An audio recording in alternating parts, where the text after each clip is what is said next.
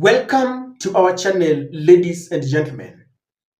It was expected that the impeachment of the deputy president was going to be coupled with a lot of sad realities, unexpected realities, theatrics, and drama, because the deputy president was not going to go down very easily. He had vowed to fight this to the end. Yesterday, the deputy president, together with his legal team, arrived at the parliament, and his lawyers put Honorable Mutuse to task to provide evidence for every allegation that he made against Rigathi Gachagua. And in the court of the public opinion, Mutuse was defeated and really exposed the National Assembly for hurriedly passing the impeachment of Rigathi Gachagua. Today was day 2, and it started by the senators poking holes in the evidences and the allegations that were produced against Rigathi Gachagua, because the senators wanted to be sure that as they vote, they have the evidence before them. One person was eagerly being waited for, and that is the Deputy President Rigathi Gachagua. The senators waited for some times, and they could not see Mr. Gachagua. They put his lead counsel to task to explain where his client was. And then the sad reality, the sad revelation that Rigathi Gachagua was missing in action because he had been taken ill. The Speaker of the National Assembly was somehow disappointed with this because it came in late. And at first he told Mr. Muite that he was not going to extend his time. The 2 hours that had been allocated to him was counting, regardless of the presence of the deputy president. But when the reality finally dawned on them, the Mr. Speaker considered all the opinions from both sides, and he had to adjourn until 5 p.m. Senior Counsel Paul Muite.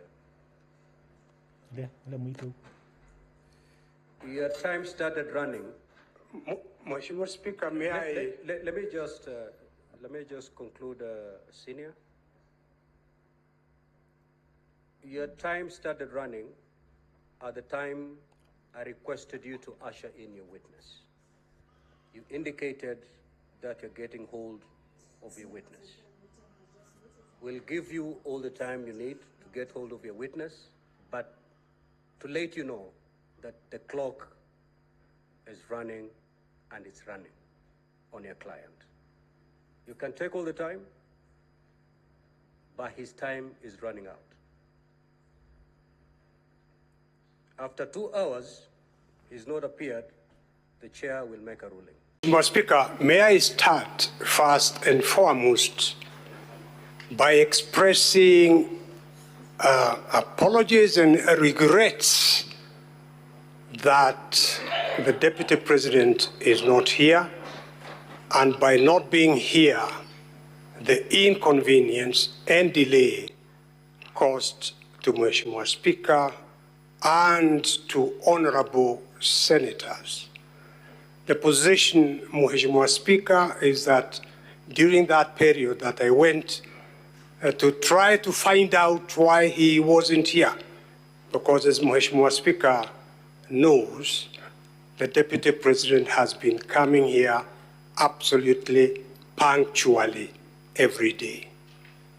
The sad reality is that the Deputy President, the Republic of Kenya, has been taken sick, very sick, and as I address Mr. Speaker in this honorable House, senators, he is in hospital, Mheshimiwa Speaker.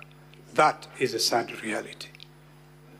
I have seen many people giving opinions as to why the deputy president was missing there.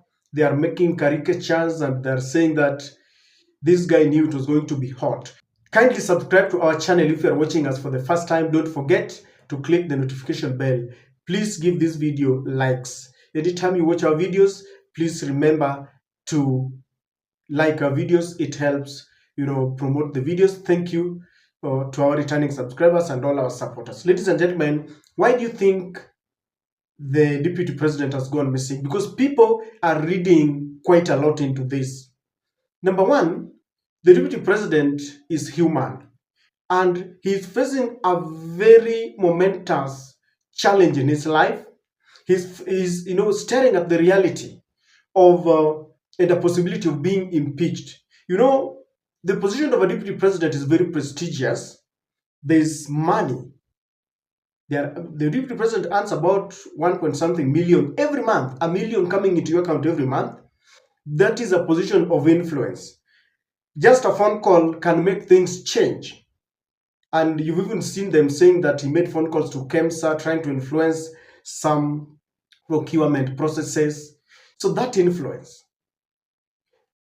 There is a secretariat being paid for, drivers, security. And so, facing at that reality that he could lose all of this, I'm persuaded that the deputy president could be truly ill. That is the reality. Have you been in a situation where, just in the places where you work, and then you are told that you've been given a show cause letter or a notice of 1 month or 3 months that you will be, retrenched or you will be terminated or something? That is the job that you depend on. It can make you sick. Many would argue, but he's already rich. It is, he's rich. But if you study the human, needs, you realize that one of the characteristics of human needs is that they're insatiable. You never get, satisfied with them. You get one, you need another. You come from satisfying the basic needs to luxury. And so this is something that must have, taken the deputy president ill. Number two, the deputy president could be playing to earn sympathy from Murema, to earn sympathy from Kenyans, to earn sympathy from the senators, to earn sympathy even from the president himself. All of us are human beings and we have a heart. And so when they see the deputy president taken ill, others would even say, we can forgive him. I remember yesterday, the elders from Mount Kenya were telling the president that, please forgive your deputy president. Maybe what he has been taken through is a lesson enough so that when he comes back, he will not talk about Murema. He shall have learned from his mistakes, and so he will lie low. That which the president feels was tantamount to disrespect, maybe he will not repeat. So it could be a moment of earning sympathy.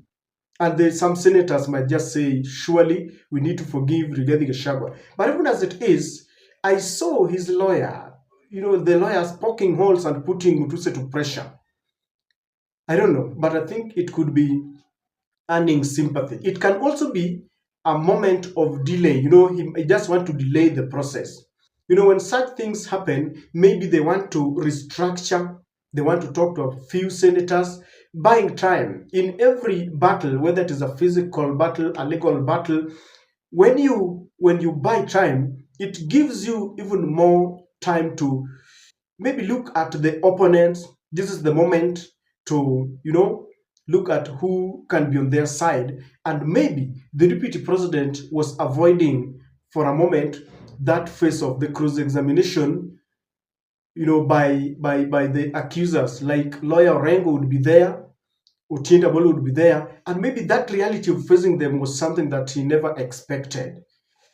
It is also very shameful for him, a deputy president, the second in command, facing off those, whom are junior, politicians, because he's the second in command. You remember, he is the one who is in charge when the president is away.